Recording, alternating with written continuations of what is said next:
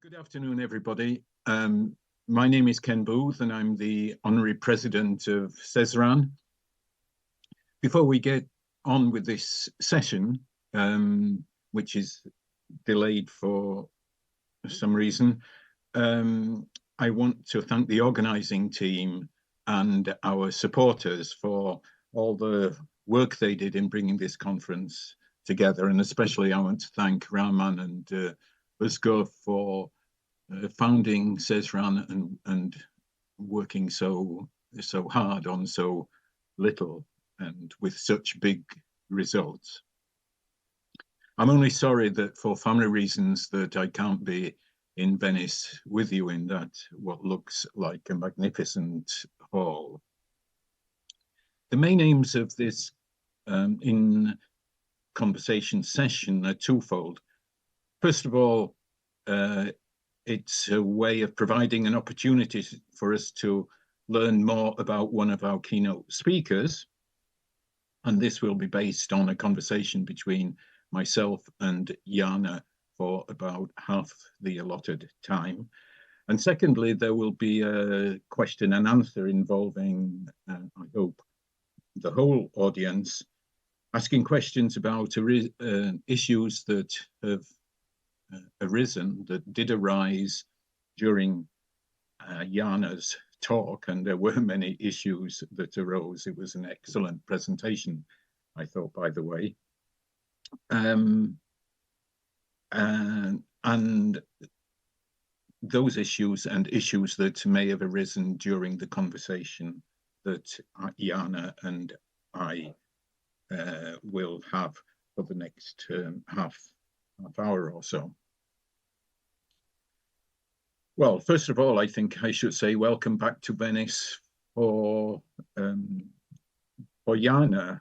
She spoke earlier about her very special connection with this city and the region.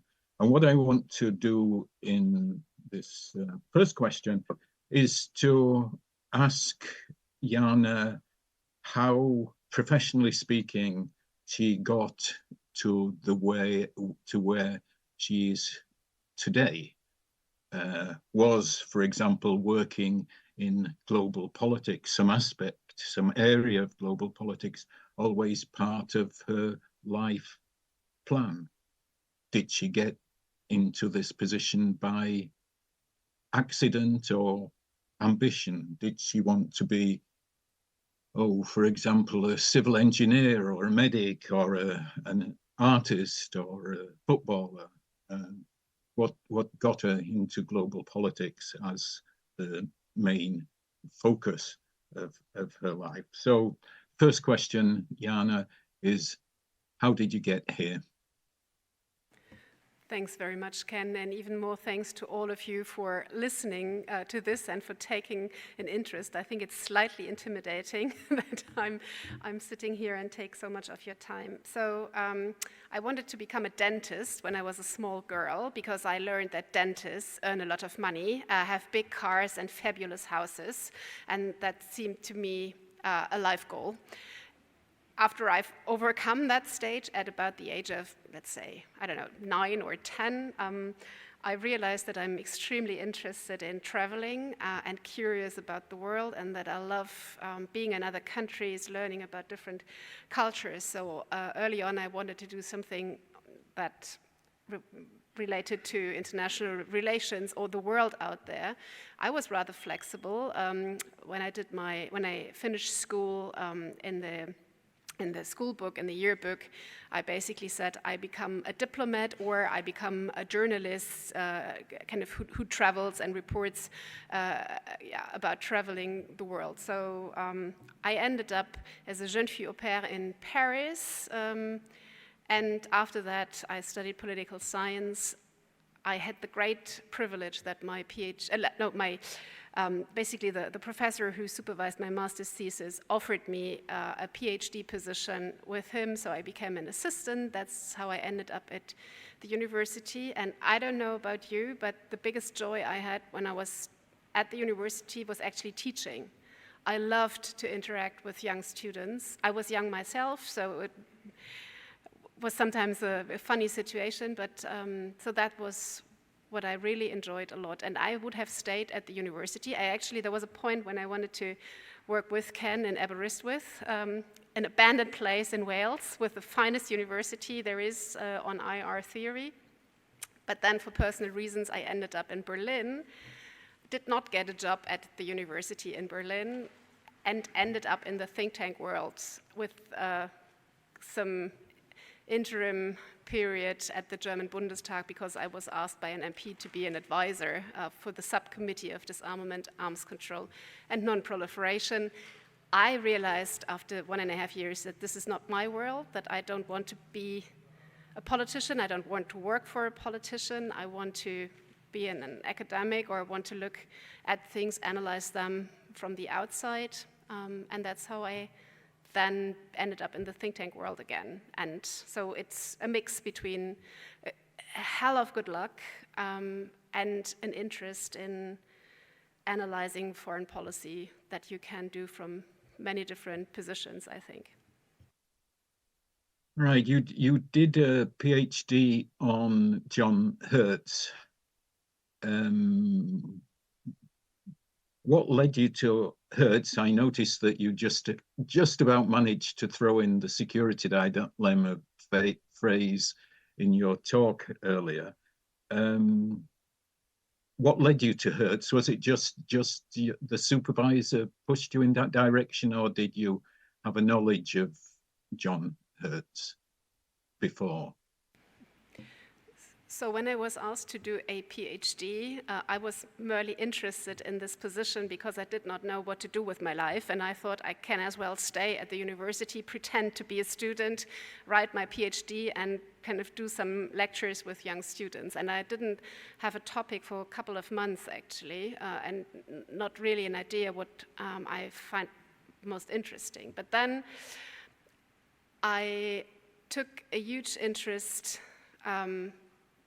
actually, even before I studied in the Holocaust and German Jewish history. And John Hertz, for those of you who don't know him, is amongst the so-called realists in international relations theory. He was contemporary with Hans Morgenthau, Hannah Arendt, and the likes. And so I found out that my PhD advisor actually had a correspondence with John Hertz that went on for decades. When he was younger, he took an interest in John Hertz, and they had these kind of letters. And so I thought I wanted to write an intellectual biography. There was a book that inspired me, a biography of Hans Morgenthau, written by Christoph Frey, who's a researcher in Switzerland, in St. Gallen, and I liked the book so much, and I thought, oh, I want to do something similar. And then I stumbled upon Hertz. I thought he has a fascinating life, and what was most interesting to me was the combination of German Jewish history. He basically fled to first Switzerland and then the United States. He brought all his German heritage with him, a lot of German culture. He was always traveling between two worlds. And then he, of course, heavily influenced the development of IR theory, especially realism in the United States, but also kind of what I found interesting were the times he lived in. So starting from the Nazi takeover of Germany, the Second World War, and how his thinking changed, because he started as a committed Kelsen scholar who really believed in the superiority of law and not of power, and how he then, through his personal experiences, through what happened with Europe during the Second World War, became a realist against his own convictions and against his own emotions, and how he struggled with kind of what he saw as inevitable truth, kind of in international relations, but with this idea that we need to get out of this and the world needs to get better. And how he struggled with this I found most fascinating. Also how he saw the world, the nuclear age he wrote a lot about, and how he very early on identified new global challenges and threats like climate change. I mean, he wrote about this in the 60s.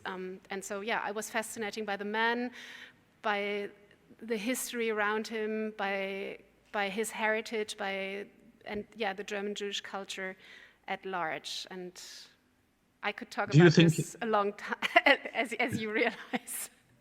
Well, do you think in some sense that you're becoming like John Hertz, in the sense that you're being dragged into being a realist, although you really don't want to be there? Is what I picked up from your keynote earlier. That's actually what I thought when I gave the keynote, and when I knew that you wanted to talk about Mersheimer with me, and I thought, how could I react to this? And I thought, yes. I mean, what I really admired, although I at times found it a bit naive, was that Hertz always thought, yes, we need to accept the circumstances, or we need to accept the conditions, but we need to think hard how we can get out of it and how we can change it. And he always, I think, realized that realism does not cover it all, but that there is also liberalism. There is this idea, or that there are human beings that kind of can follow reason and not only their deep instincts, and that differs, or that distinguishes us from, I don't know, animals, and that we have this talent for reason. And I think actually you are at something there. I was not conscious of it, but when I thought about it, yes, there might be parallels, actually. You mentioned liberalism, and I was wanting to ask you a little bit about the European Council of Foreign Relations. Foreign Relations, yeah. I'm thinking of the acronym and getting the words out. Could you tell us a bit about that? You know, how big it is, what's it trying to do, and in the spectrum of think tankery, where ideologically, where does it fit? Maybe afterwards more people will leave academia and join my world. So actually the ECFR, the European Council on Foreign Relations, is a very liberal or idealistic project. It was set up in 2007 with the idea that Europeans would do good when working closer together in foreign policy. So it's the mission it has, although we don't take collective positions, every researcher has the right to kind of to express his or her own opinions, but what unites us all is this deep belief in Germany alone, France alone, Italy alone can no longer influence world affairs, and we are much stronger if we work together. So it's not so much about strengthening the EU level necessarily, although in many ways this is just the most practical aspect of it, but it's trying to find ways for countries to work better together. So we have 7 offices, 6 in the EU and 1 in London still, because we are, like, our origin is Anglo-Saxon, our whole tradition is very Anglo-Saxon. We have now also opened a very small office in DC, and we are organized across 6 different programs, regional programs. Our latest is a US program that treats the United States more as a foreign country. So we work less on what unites us and the transatlantic relationship and NATO, and more on what divides us and what kind of the domestic changes in the US are and how this affects Europe. But what we try to do via our offices and the programs is that we have researchers, for example, working on China, sitting in Berlin, Warsaw, and Paris, trying to get the national perspective on the respective topic and bringing them together and trying to find ways for cooperation, trying to form alliances or find coalitions, and through this work trying to make the Europeans a better, more capable, and more united actor in foreign policy. You can basically say that we failed this mission tremendously, because looking back at 2007, I think things were still good, foreign policy-wise, compared to where we are now. So, I mean, the longer we exist, the more kind of EU foreign policy and this idea that we do things collectively on the global stage kind of deteriorated. So I don't know if that is proof for our mission is speaking against us, but that's what we tried to do. And we are about 100 people in, yeah, as I said, 7.5 offices. Right. On a pragmatic level, you might not be as successful as you would have hoped in 2007, but I was wondering during one part of your talk this morning, in particular, when you were talking about Europe needing to become more of a player in world affairs, being a security provider and so on and so forth, acting together.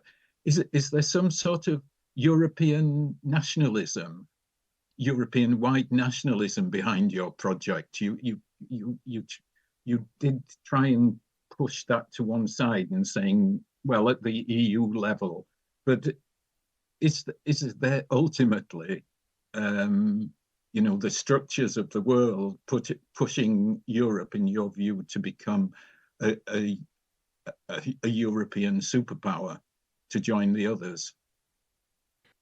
That's a very fair criticism. There is a scholar, think tanker colleague called Hans Kundnani, who has basically made this argument not so much about ECFR, my think tank, but more about the idea of European sovereignty. And actually, my think tank has been amongst those that has been advocating for more European sovereignty.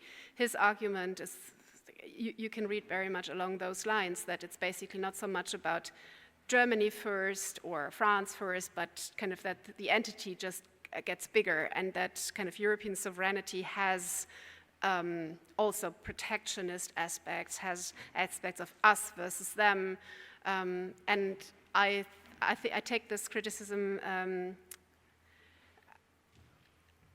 I think very sincerely, because I think there is something to this still.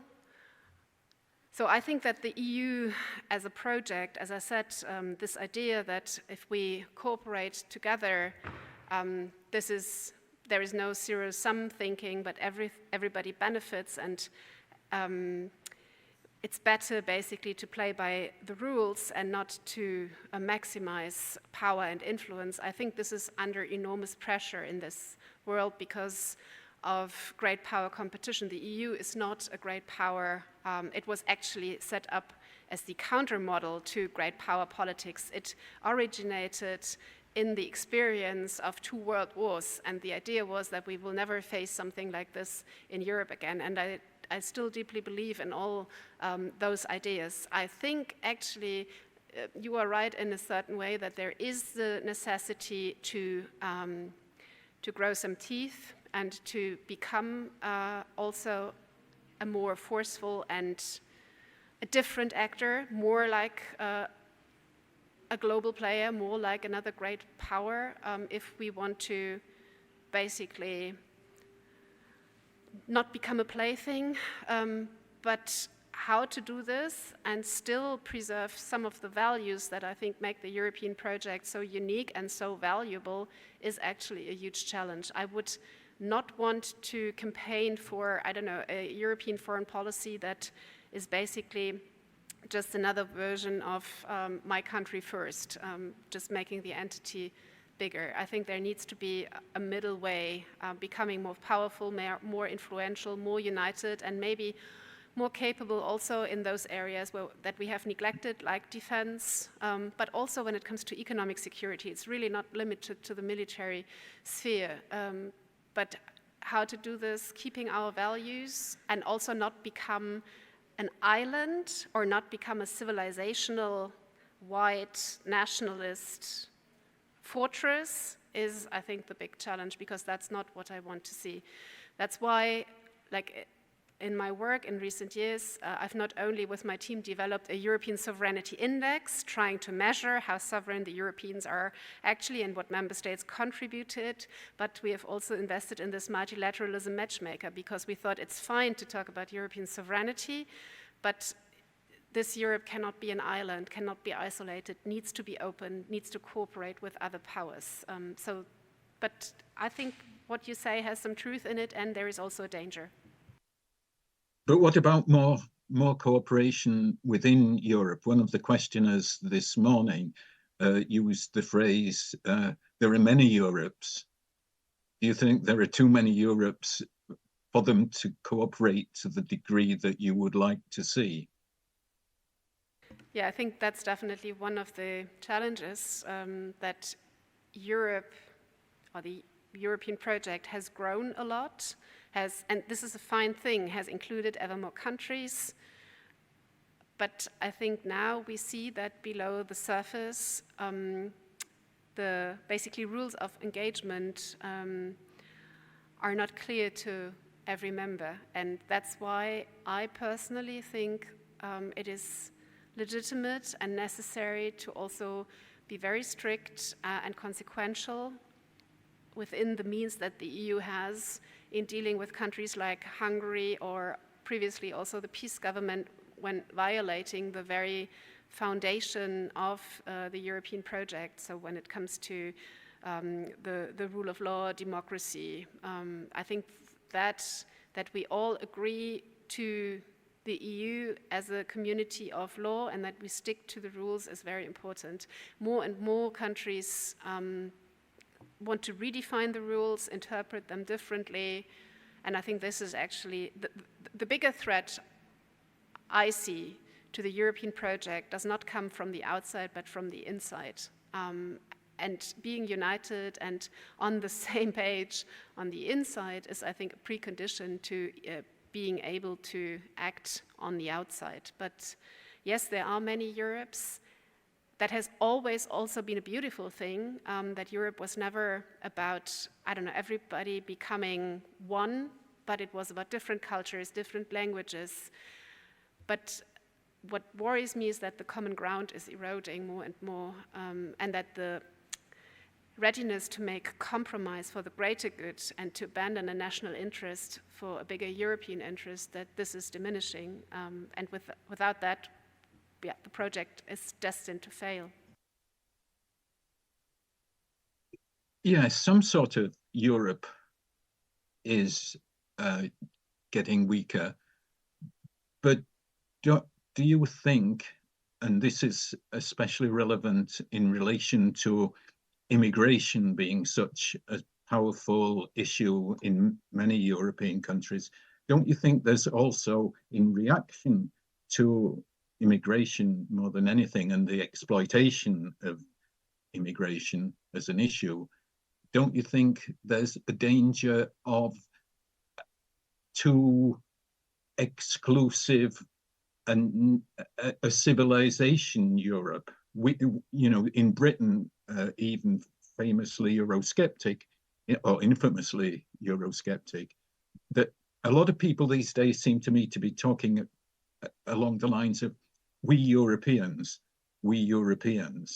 and thinking of the values that we hold dear, or many people hold dear, and that there's the danger of an exclusiveness to what being a European is. Yeah, that's what I said when you talked about, isn't it a nationalistic project in a way, that I don't want it to become a basically white nationalist Europe, but there is, of course, the inherent danger. I think when it comes to migration, we need to distinguish between two things.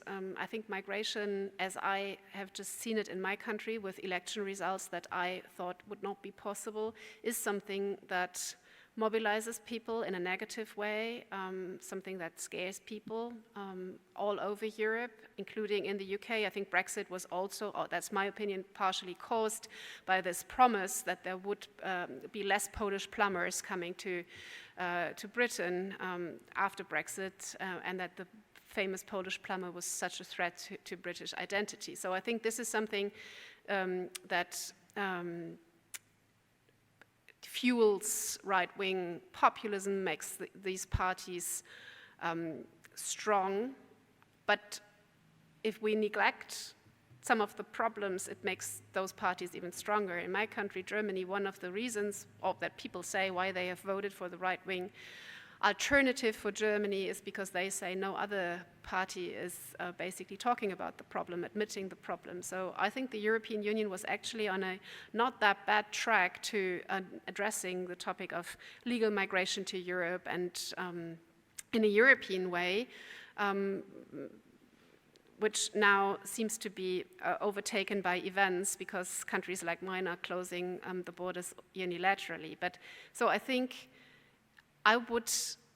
for me, the European Union is not a civilizational project, but I think there is a danger, and or for some it is, especially if you look at the European parliamentary elections and look at parties that don't want to leave the European Union, but want to change it from within. One of the claims they have is basically a civilizational argument. We want to make Europe safe for the Europeans. I personally think this leads us in the wrong direction, but what I would say is that we need to address the issue of illegal migration to Europe and find more legal ways to come to Europe, and then also enforce more forcefully kind of the departure if somebody comes to Europe on a kind of illegal basis. I think we need to get back to, I don't know, some deal also with having the European countries on board, where we don't see the jungle that we see now that is growing, where every country is, first and foremost, right now mine, that just takes decisions at the cost of other Europeans. I think that cannot be the solution. But yes, I mean, talking about European sovereignty, talking about, can also easily turn into Fortress Europe, and the fortress could, when it comes to some actors, also consist of white continental Europeans, although I think everybody would take the UK back immediately. I think lots of people in the UK would go back, but political parties think it's not a vote winner. I'd like, you made it clear a couple of times that you're in the think tankery world as opposed to the academic world these days. Do you keep in touch at all with the academic world, of international relations in particular, or do you think that's just a different world and there isn't much to talk about between the policy wonks and the academic theorizers? For me personally, it's most of all a matter of time. So I have a family, I have 2 kids and a job, and for me, I struggle with kind of limited amount of time every day. I try to read still kind of some work by academic scholars, but much too little. That is not because I think it's irrelevant. To the contrary, I very often, as I said in the beginning, am wondering whether I made the right choice. What I like about my job is that I very closely work with politicians, that we are also kind of, our work is always trying to find concrete solutions to problems. We always come up with policy recommendations. I don't know if we make things better or not, but this is the task at hand, is to at least recommend something. So I like that, but I also like the academic world a lot because you have more time, you can go much deeper, you can understand a topic more fully.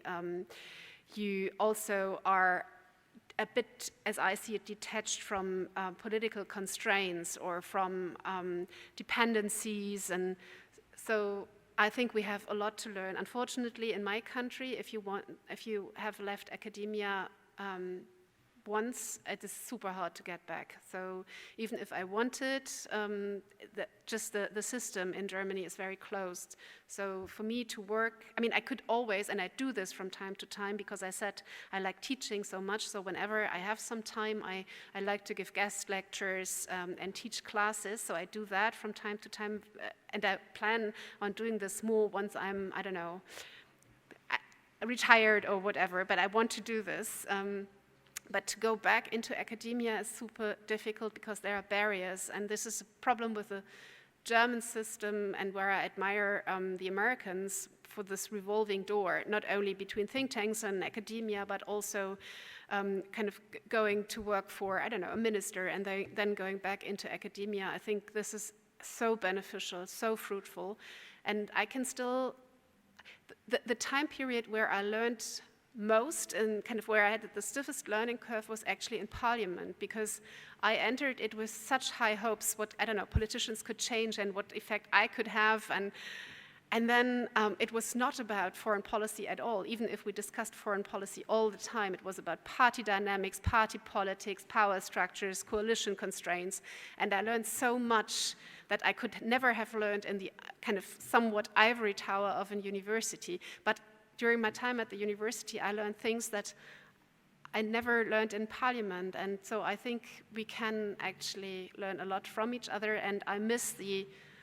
discussions with IR scholars. I think IR theory, for me, is still a very good way to understand longer trends, structures, dynamics, and it's just, for me, it's a prism through which one can understand the world better, because it's just a level, how can I say this? It's a higher level of understanding about the bigger picture. And so for me, it's a very important, it's like a toolkit that I still use for my analysis.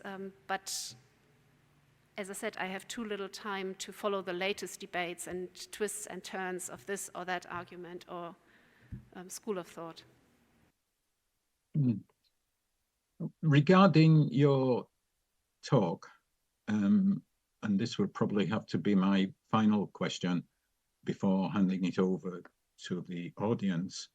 In your talk, I wondered sometimes whether you were being too pessimistic or too unwilling to recognize the possibility of dramatic changes, especially when you're talking about the rise of Russia and well, I suppose if you go back thousands of years, the rise of China. And aren't lots of us at the moment getting too tied into the assumption that these challenges to the liberal order, so-called liberal order, these challenges have enormous problems themselves, and we're projecting their rise and rising to the future, but there are all sorts of question marks. I used to like to tell students that when I was born, about 25% of the world's population was in the British Empire. And by the time I was a student, the British Empire had more or less disappeared from the world, except for in the minds of some British politicians. And what was in the world then, this was when I was a student, the Russians, the Soviets were leading the space race. They were doing all sorts of things in the third world and so on and so forth. So the Soviet Union was the future. And then by the time I was a middle-aged academic, the Soviet Union disappeared from the world. Rome disappeared. Voltaire famously said, if Rome could disappear, well, what couldn't disappear in terms of human political units? So what about the Soviet Union? How long will the Soviet Union last? How long will China last? How long will the United States last? Might there not be more dramatic things on the horizon, causing the breakup of these proto superpowers than many of us are coming to think. So, two things that are important to me on this. First of all, I need to reflect more deeply on my pessimism, because when I started my career, I always thought about my grandparents. Maybe that becomes a little personal now, but my grandfather was a German Wehrmacht soldier who fought during the Second World War. My grandmother was a Polish forced labor worker in Germany. They married in '46 after my Polish grandmother saved the life of my imprisoned German grandfather. So to overcome hostilities and to, I don't know, that people can work for a better future, that relationships can become better, that stereotypes or that all this can be overcome is something that I promised to myself would lead basically, or would guide my career, because I always think if my grandparents managed to marry in '46 with their respective backgrounds and stayed married for more than 50 years and had 4 kids together, then kind of that must be possible, even if it's a very basic level. But so I think people can actually have better relationships. People can overcome kind of history or destiny. So I need to work. But then again, I think I am a child of this kind of liberal idea. As I said, like those grandparents lived for 10 years in Poland, and then in '56 came to West Germany because they wanted freedom. They wanted, they wanted Western capitalism, they wanted free press, they wanted to express themselves. And I grew up with this idea that at the other side of the wall, people weren't better off, kind of that basically the Western side of the wall was the better project, was the better idea, was more beneficial to people. Then the wall came down, everybody was happy, my family was reunited, the Soviet Union collapsed, I saw so many positive things when I was young. I saw the end of apartheid in South Africa, so many positive developments. And nowadays, and maybe that is what makes me then sometimes sad and pessimistic, I look at my kids, they are 11 and 15 now, and I'm just wondering how they are growing up and what are the positive events that they are witnessing. I could not come up with a single one that was actually a global event that brought, I don't know, something so positive about. So, but this idea that the world or that liberalism will prevail was something, as I said, that I learned at university. I learned that China will eventually collapse because people will take the street, and that Russia will do so too. I still hope that I will witness this someday, or at least my kids.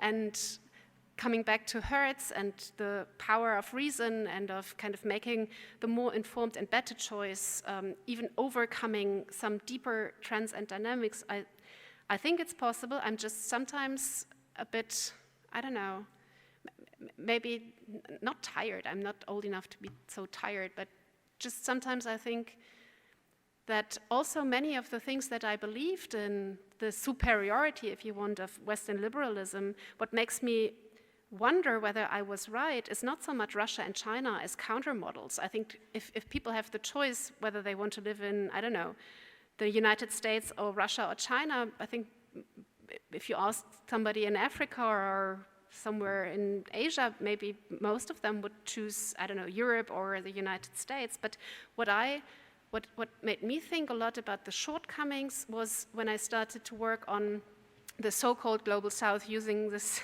stupid term again. But so it's not Russia and China, and they are not working on those topics was not what made me question whether we were so right all along. It's really hearing the grievances of countries that have not benefited that greatly from globalization.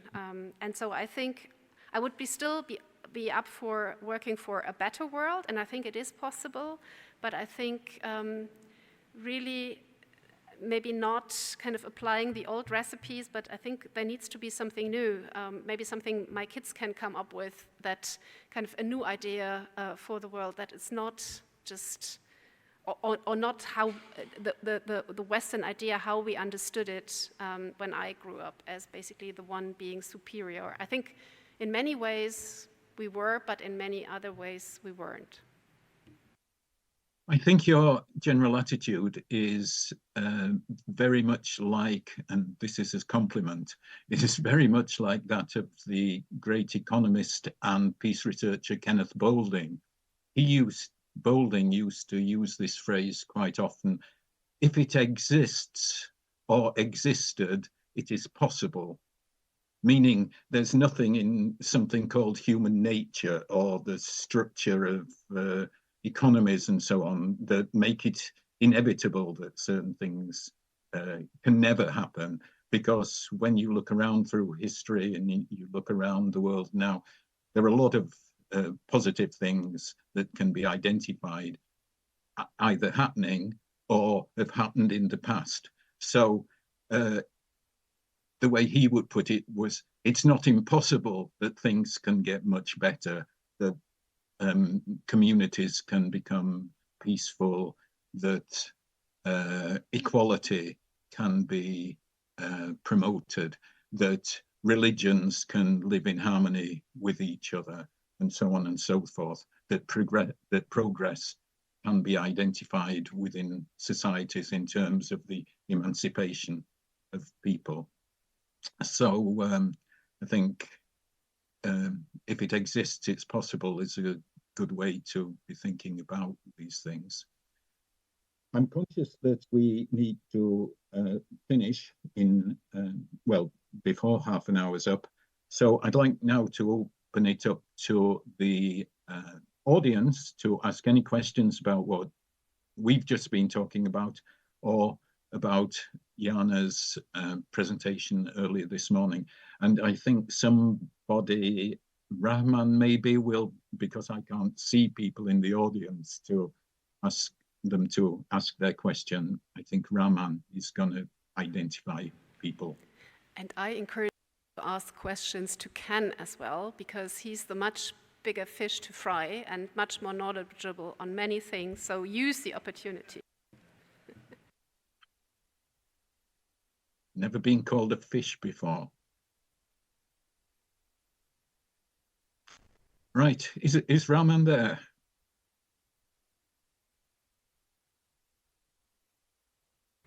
I am here, don't worry. I am managing this process, and someone is asking question. Could you please identify yourself, and they would know who is asking question.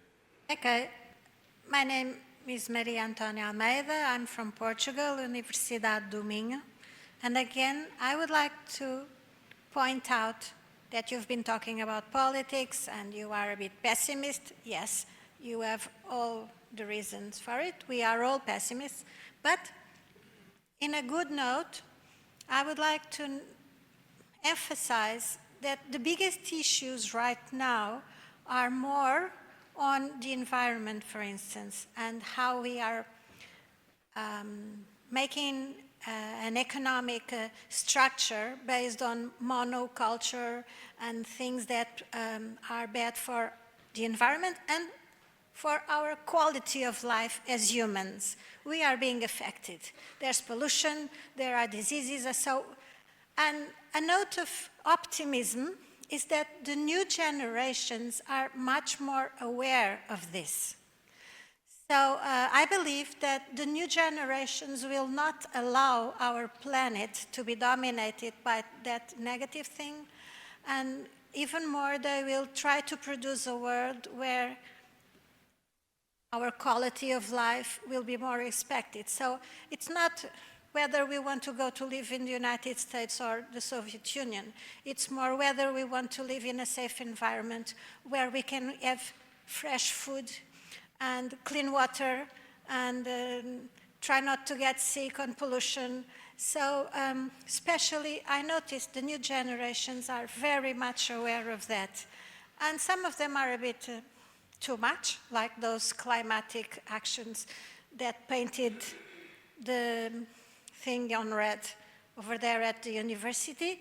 I'm not in favor of those actions, but I'm very positive that the new generations will have an active role on making our life better in that regard. Thank you. You should have, Jana, no, but she should have gotten to know John Hertz, because that was exactly his argument already back in the 60s. So he said basically, so the man I wrote my PhD thesis about, he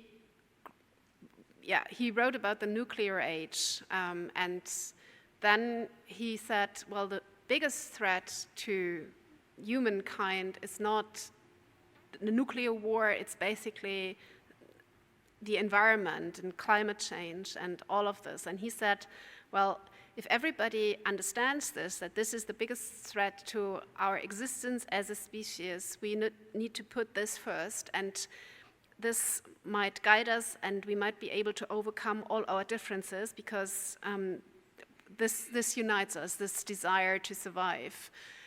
But like reading this, I'm still waiting for the big push, but this was exactly his argument, that in the end, this is what is most important and what would help people to overcome their differences. At the moment, looking at, for example, what's going on in my country, Germany, I have a different impression. I have the impression that, but maybe this is just temporary, that there was a big push for these questions, but that now, with kind of the world turning wild in the perception of many Germans who had just a very cozy 20 years with economic growth, low unemployment, no debt problems, and what they consider a peaceful environment.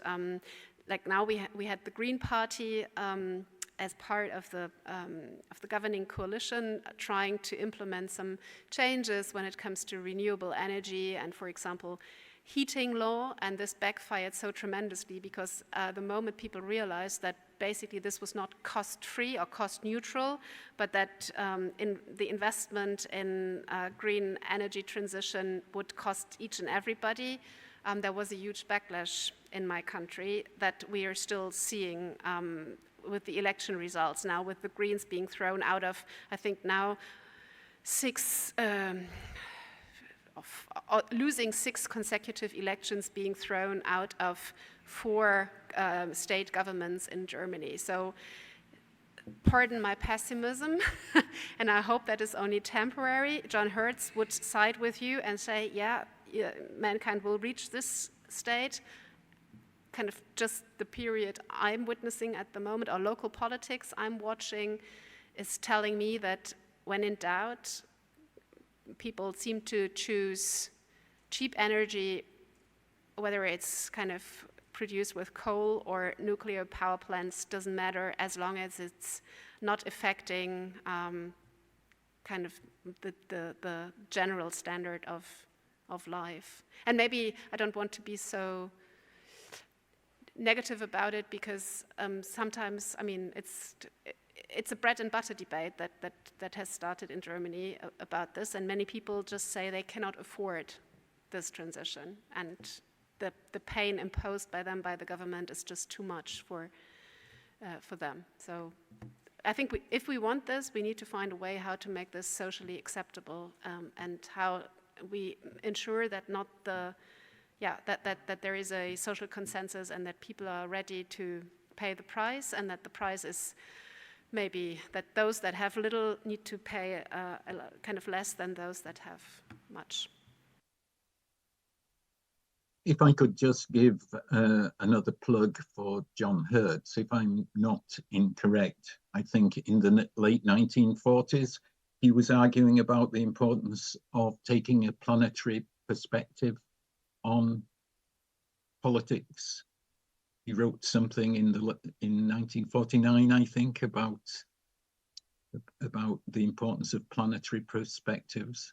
And one thing about environmental stress is that it should make us think more about the big picture rather than the local picture. But as Jana has just made made clear locally, there are all sorts of counter trends. Some of these are perhaps implicit in the nature of the capitalist systems that we work within. I have a friend who is a school teacher, or used to be a school teacher, and she said that this is in relation to the younger people. She taught primary school kids, and she used to say that in the classroom they were all environmentalists, and that they would be sad about what's happening to dolphins, and they'd be sad about learning about famine and so on, because of stresses and strains caused on climates in different parts of the world. But she said, used to say that as soon as they get into the playground, they're arguing over who's got the most fashionable trainers, and who dresses, and who went on the best holiday, and so on. And so they move from being environmentalists to out-and-out consumerists as they leave the school classroom to go into the school playground. And so that's a real challenge. But certainly the environmental challenge is a, you could almost call it a battleground for the future. And I can even tell you a little story, another personal story about this. Our eldest son is he's trying to his job is restoring biodiversity in a couple of huge forests in the north of Wales, and he went on this huge march in London about a month ago, and there were 60,000 people protesting outside Downing Street, and the BBC did not have one item about this demonstration. He went dressed up as a fox to make certain points, and he and a friend of his, also dressed as a fox, found themselves shot at with air pistols from some youths as they were walking down part of South London. But it's a struggle that's going on, and I would be very hesitant to, I'm not a pessimist about this, but I'd be very hesitant to say that the younger generation is committed to environmental improvement in the world at the present time. Brahman, next question. Thank you for both in the morning session speakers, and to you also. I am Taner Zober from Middle East Technical University, Ankara, Turkey. And I have two-sided question, and I will ask for your answers for both for Professor Booth and yourself. Last year in Turkey, in one conferences, one of the online attendees were Alexander Dugin. And what he said was simply that world countries should find another center of focus or partner, let's say, rather than West, and Russia could be a better alternative. How do you both assess this alternative? Like, let's say, Russia or China, with both their political and economic power, could be or should be one of the leading powers, or the one, maybe. My second side is last week we hosted in our university the newcomers, the new students who were born in 2006 to university. And as Professor Booth pointed out very well, they have new interests, new angles of understanding, and if they think the things we're talking in the classes, if they think that they can reach somehow throughout the internet, they don't listen to us. So how easy or how difficult it is being an academic or IR academic in today's age? Thank you. You go first. How difficult? I've been retired for a long, long time, and so I don't much come across students these days, so I could get out of the question that way.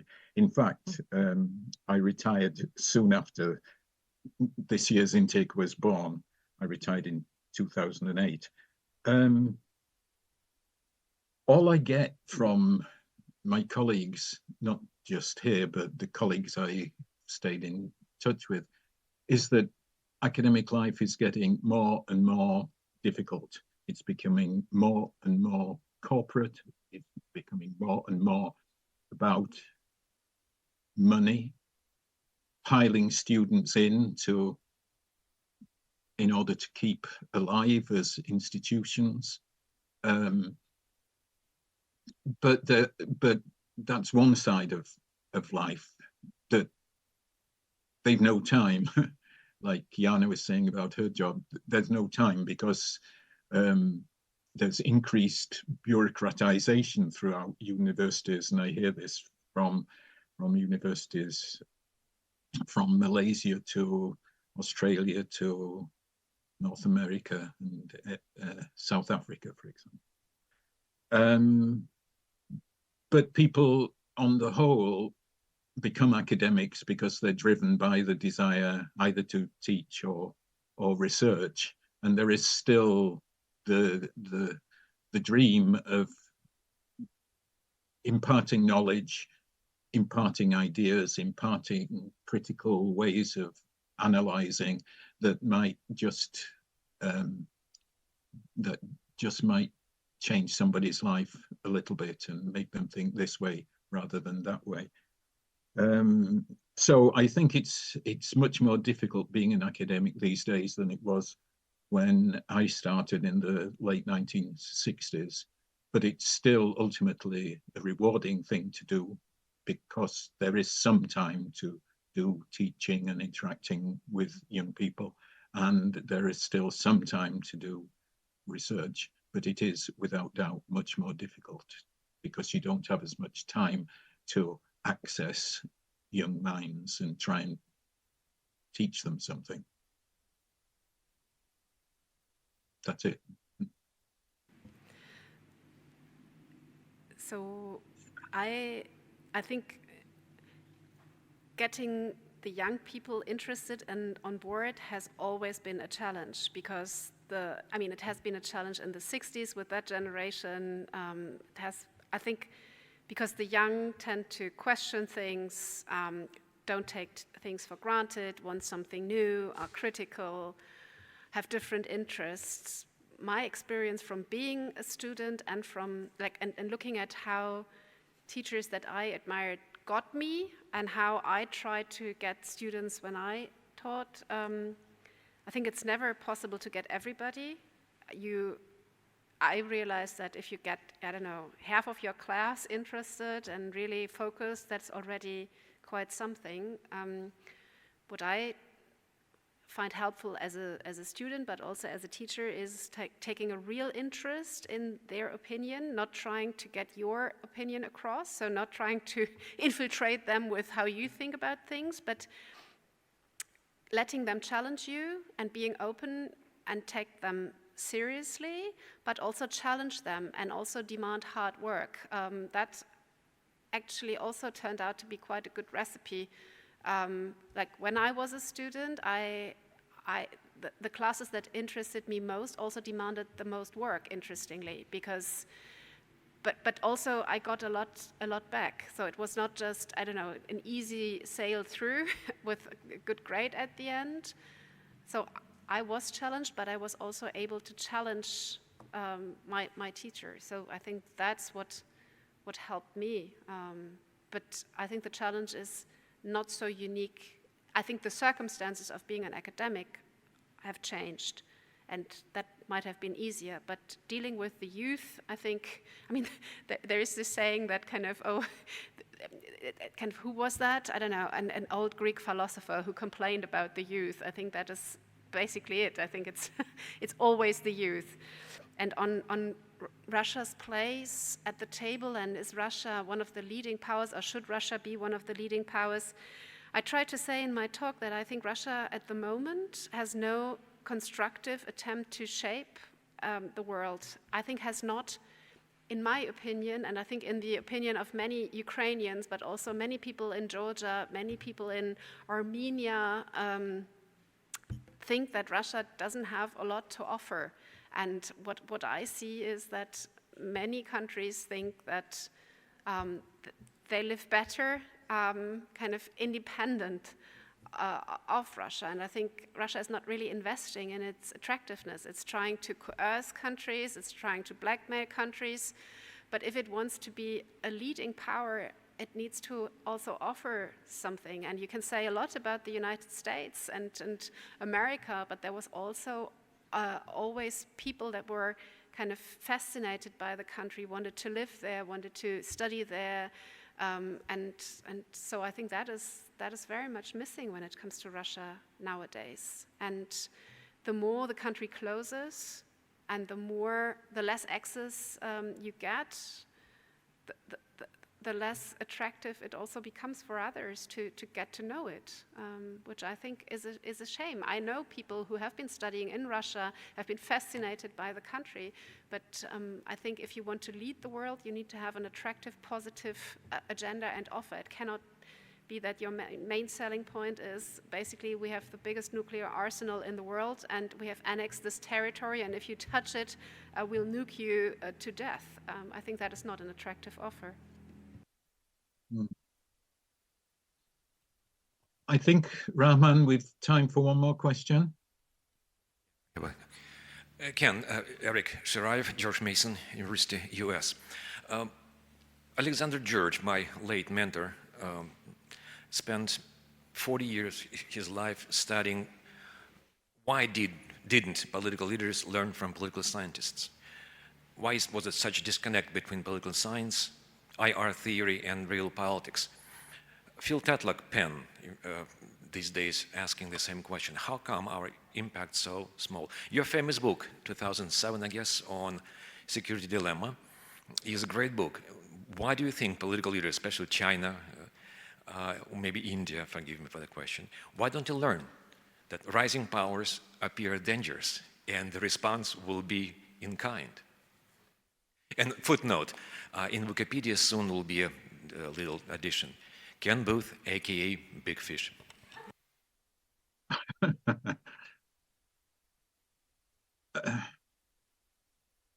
Well, I think Jana can answer this question better from her experience of having to deal with politicians. At least the door is open for the think tankery world to say things.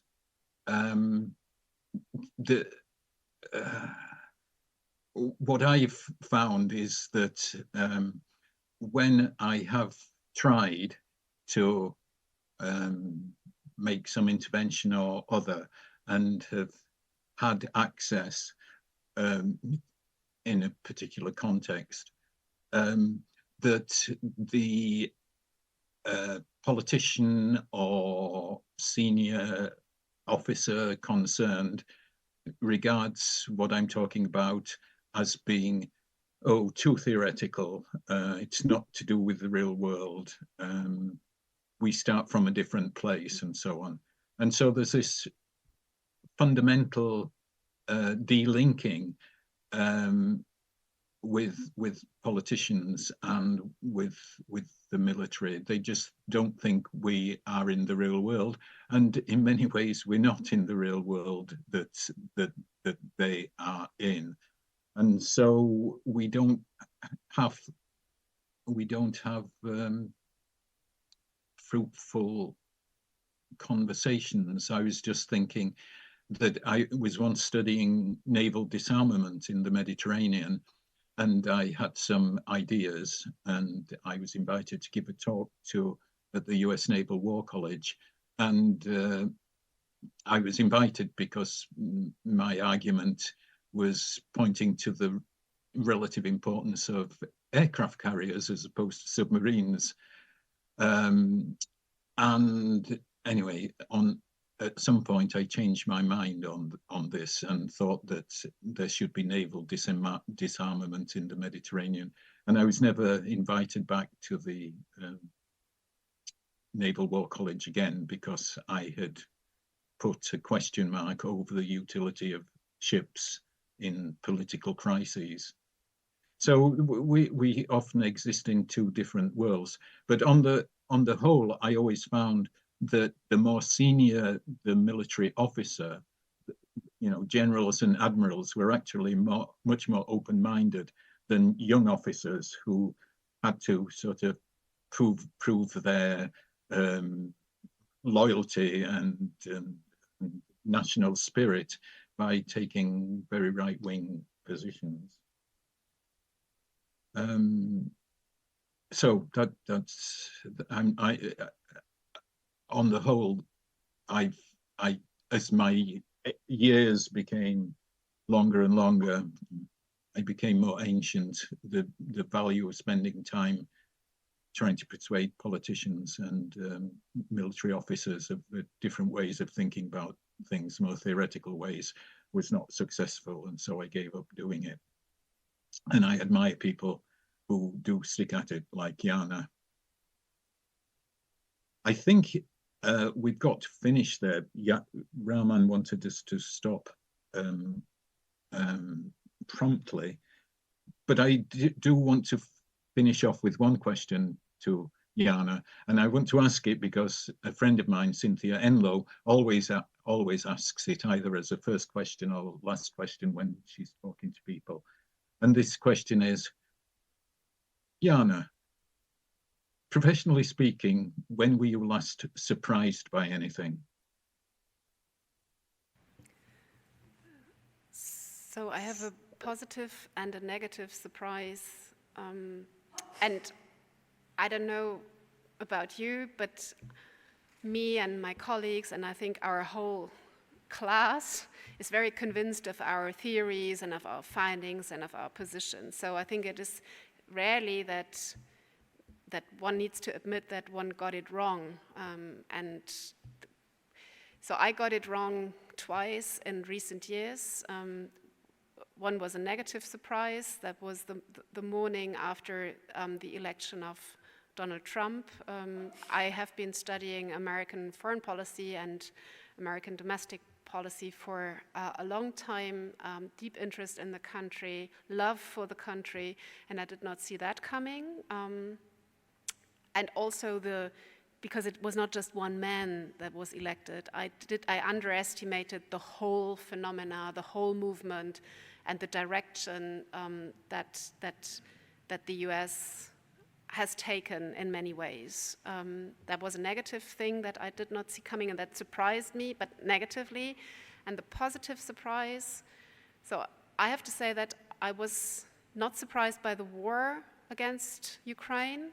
I thought it was totally plausible that Russia would invade Ukraine, but I thought that Ukraine would fall within 3 days. I was really convinced. I was waking up every morning thinking that now is the time that, I don't know, Zelensky left Kiev, that there is some government in exile, that, I don't know, that the Russians have just marched through the country.